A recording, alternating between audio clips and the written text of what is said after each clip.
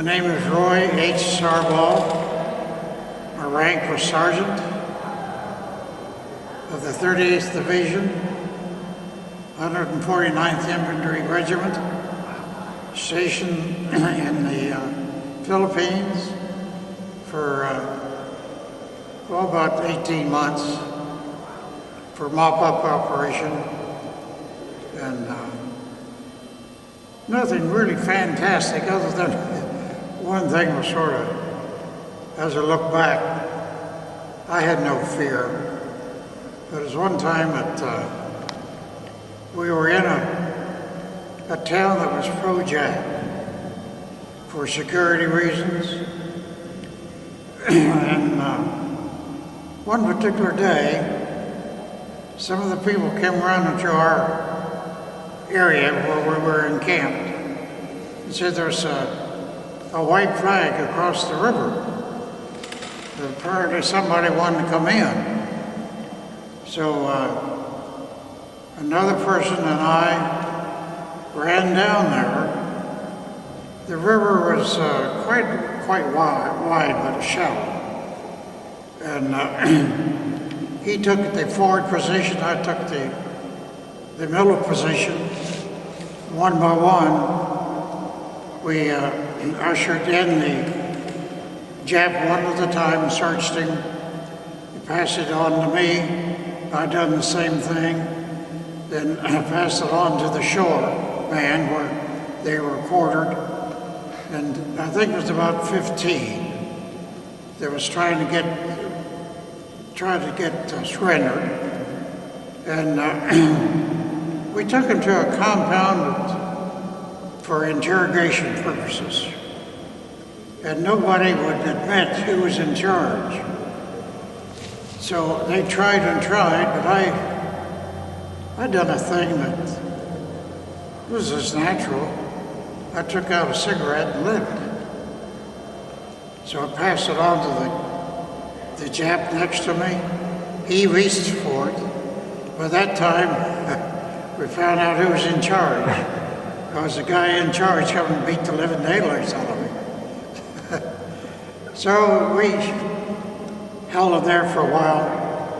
Then we formed a convoy and took him back to our compound and turned him over to the proper authorities. One other time I was working in regimental headquarters. I don't know why they picked me, but anyhow, I had a desk and the officer in charge and I was in this particular area. And lo and behold, here come a Jap sat down beside me. He startled me at first. And nothing but a kid. I couldn't understand him. But I seen that he was trying to get in because if the Filipinos get a hold of him, they'd take care of him the bad way. So I took him out to the officer and he took care of it.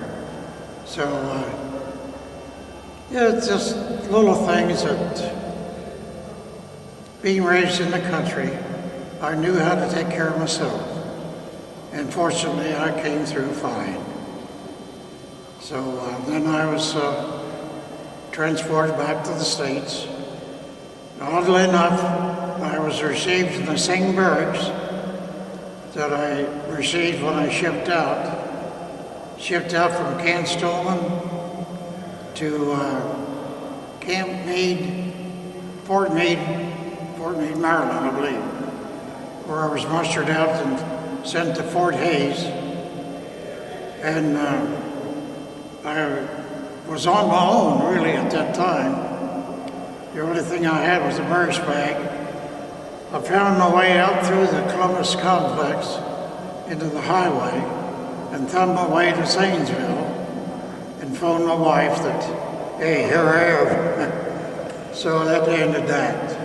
Oh, wow. So I was pleased to get home, but there was 3 of us boys were inducted. We lost one brother on Okinawa, and that's about the end of it, I guess. So I was glad to get through it. Yeah. Oh, what do you think of honor flight? That was absolutely the best experience that I've had for it. I couldn't even write exactly how I felt. It made me feel this was I at one time in the military, and brought back a lot of memories, and it was awesome, really. It was awesome. And what was it like to see the World War II Memorial for the first time? Well, we were limited in the places that we could visit because this was September the 10th. 9/11 was the next day. So we were limited in the places that we could visit. But we've seen just about everything of importance for the time period that we had to stay there.